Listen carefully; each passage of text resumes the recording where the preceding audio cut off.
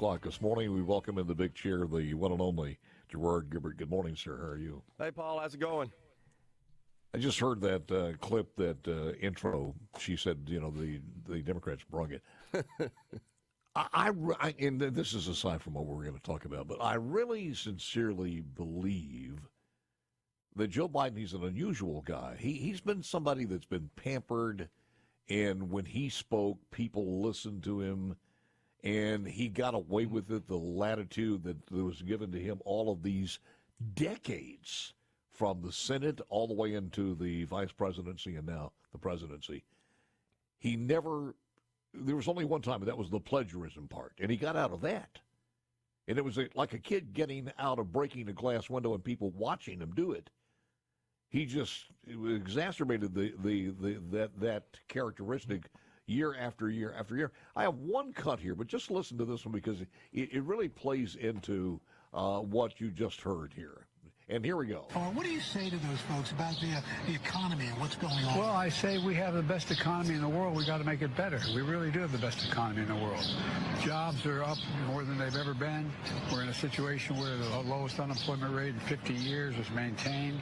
We have people look, I think we're going to find out that what happened is a consequence of the crisis we had in health is have a lasting effect, and we just got to get people to move again. We're ready. I mean, I think the country's ready to come together in a way that I mean that sincerely. I'm truly optimistic. I think that bird in the background was making more sense. That, of course, was Al Roker, by the way, that was asking the question. It was a softball, but he blew it. It's like, hey, the 1970s want their economic policies back. Oh, okay, yesterday we had a bill that died that reconstituted a board, and we had one that is causing concern that constitutes boards. The PERS deal, is it dead, and what's your take on that? Yeah, I think it's dead. This bill that was passed in the House, transmitted to the Senate, was not brought up in the committee meeting yesterday, presided over by Chairman Chris Johnson, who was on the program with me yesterday on middays. And he told me before he left the studio, Paul, he said, I don't have the votes for this. And those guys know, of course. And he made, I think, the correct decision, which was to not bring it up. If it couldn't pass, you get folks vote on the record there. That would be a problem unless they have the cover of being in the majority, at least gives them a little cover. But instead, he elected not to even put it up for a vote in his committee, and thus it has died. Now, you've seen an article at SuperTalk.fm that our news director, J.T. Mitchell, hurriedly published last night. Did a great job on that, by the way, where he included a statement from the Speaker of the House, and the Speaker honestly did not hold back. He kind of lashed out at the Lieutenant Governor in leadership over in the Senate, said that, you're kind of leaving us hanging here, and really said we still got to address this problem. What are you guys' idea?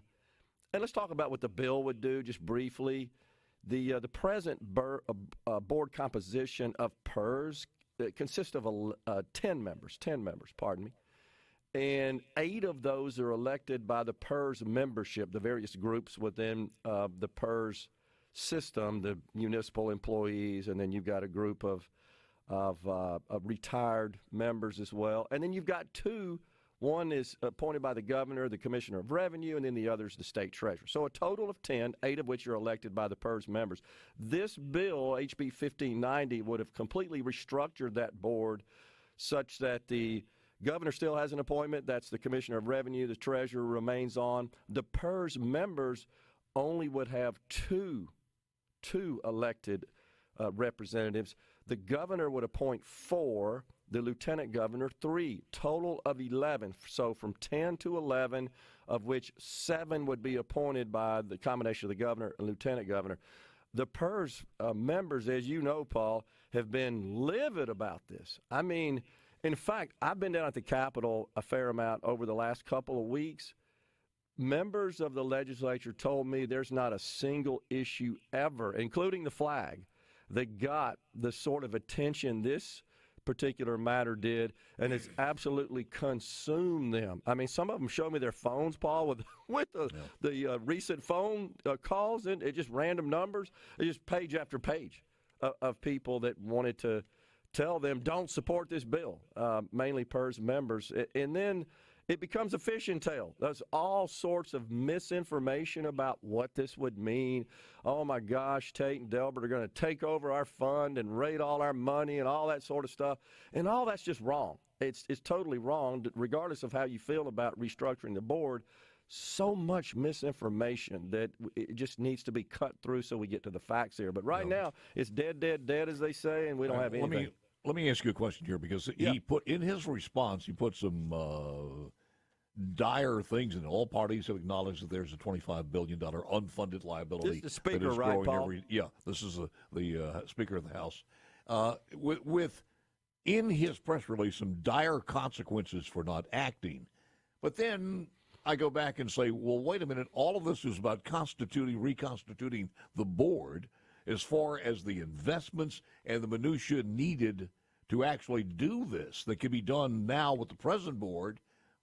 Why does the dire warnings in here match the rhetoric? You know, the main dire warning in there, if you kind of read between the lines, is, so just to get into a little bit of the weeds here, there are two components of the incoming contributions to the fund. Just like Social Security and Medicare, for example, there's an employer component and an employee component. So in accordance with our law, the board has the authority to adjust the employer contribution rate. Only the legislature can adjust the employee contribution rate. So what the board has authorized is an increase in the employer contribution rate of 2%, or about a total of 5% over 3 years, starting at 2%, scheduled to go into effect July 1st. This bill would have rescinded that. Now, honestly, I'm not sure how the legislature, I guess they have sort of Trump authority over the board. The board says we're going up 2%, and the legislature says, no, you're not. Yeah. That's what this bill would have done. He's warning that if this goes into effect, since this bill has died, it's still on the table, scheduled to go into effect now. This would mainly affect municipal governments, county governments, school districts, who are saying, hey, look, guys, we don't have the money for this. We're going to have to raise property taxes to cover this additional expense, and that's what he's concerned about. Well, let's not forget, when you say employer expenses, we are the employer. That's the taxpayers. That's right. That's the taxpayer here. This is not Amazon or somebody else that we're talking about as far as employer. You have Daniel Sparks coming on a little bit later on. We've bannered this around. It's an amazing bill. It's complicated. You try to bring some simplicity to this in an analogy, and it's very, very difficult. But other than if you like your governor, if you like power politics, then this might be the bill for you. But your take on this? You're talking about, and we're talking about $12.99. $27.99. $27.99, right? So. This was a little surprising to me, kind of came out of left field. This would sort of revise the terms of office and the appointment process. It seems to me like, Paul, it confers significantly more power to the governor. By far. Yeah, of the state of Mississippi. So the governor already has an enormous amount of power in appointing boards. In my view, we had too many dang boards. You can't even keep up with all the boards we have and all the members of these boards. I mean, I'm on one at the Mississippi Lottery Corporation. That's appointed by the governor. I'll say this. I think this would be detrimental to the Lottery Corporation, as an example. And here's why. In 2028, which is when this thing would go into effect, and it's not just our board, but it would allow the governor at that point to immediately appoint 3 new members. We have 5 total, but the 5 total have staggered terms. I think this was wise when the bill was created, the Clark Act that established the Lottery Corporation.